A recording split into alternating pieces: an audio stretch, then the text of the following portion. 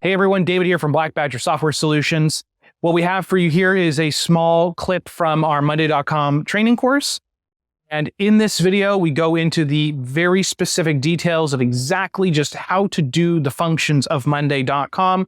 No fluff, just direct to the point, clear and concise in how to use the platform. Hope you enjoy.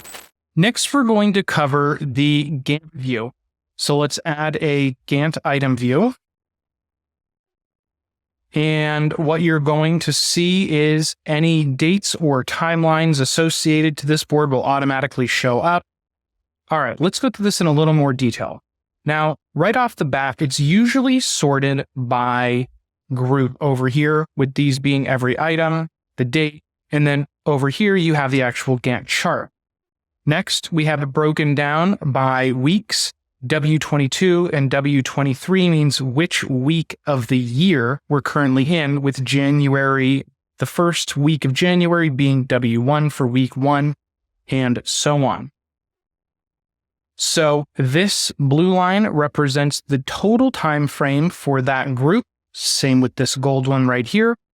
Next, we have a baseline if we wanted to set that, but let's get into that later. Next, we have the Today button, which just automatically scales over to today. Auto fit will squeeze it all into one view. Here you can decide whether or not you want to show it in days, weeks, months, quarters, or years. Over here, you can zoom in and out, which is really the same as selecting these. Here you can export it. Here you can undock this widget, which means it now basically turned this into a dashboard view so you can add more widgets. And all you have to do is go back here and dock this widget again to turn it into its own dedicated view. Next, we have settings. Here you can choose which date or timeline columns you're using. Again, if you ever choose a date, it will only show up as a single item versus a timeline, which will show the entire timeline of the item. Here you can group by, again, you can kind of group it by however you want. If you wanted to see one for designer, one by developer, you can do that as well. So if you wanted to have multiple Gantt charts, you can. I'm going to go back and put this as group, as well as grouping by sub-item. You can also change the labels, which are these right here. There's multiple view settings that you can go through individually and even get a quick description. You can also set the work days, which actually brings you back to the settings that we went through before. Now, critical path and baselines are a beta feature and will not be covered in this basic video.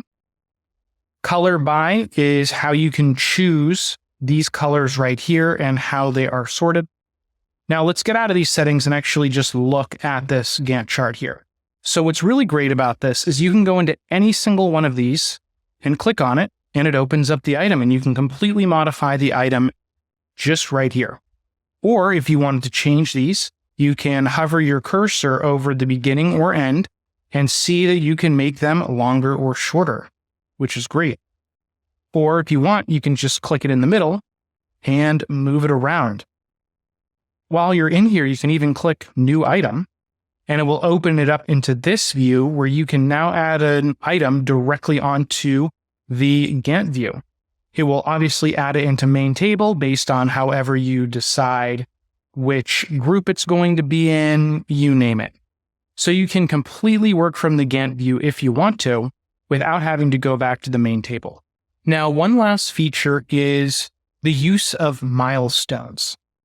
So when you go to any timeline view, we're going to pick this one because it's the last task in the delivery group. I'm going to set it as a milestone. Now you'll notice here that it turns into this little diamond.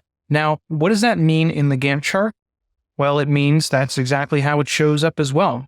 The use of milestones in a diamond shape is a traditional project management tool and terminology to show a milestone on a Gantt chart.